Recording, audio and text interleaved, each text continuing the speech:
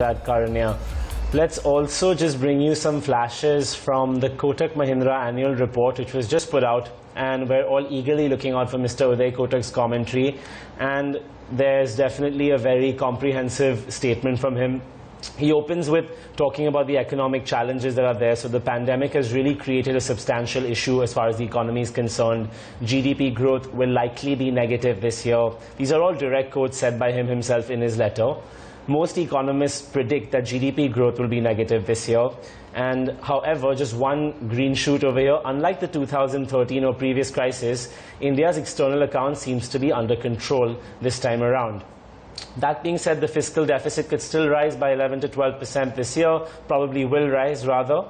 And finally, just specifically for the banking sector, he just spoke about the fact that the entire loan book of the Indian banking sector is 100 lakh crore. The total capital is about 10% of that, at around 11 to 12 lakh crore.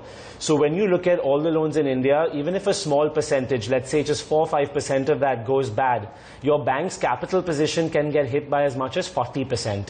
So people shouldn't get too carried away by low moratorium figures, because as a percentage of capital, those loans are still very high. So he's still very aware of the risk. That being said, very proud of the strong brand and deposit franchise at Kotak Mahindra Bank. Karanya.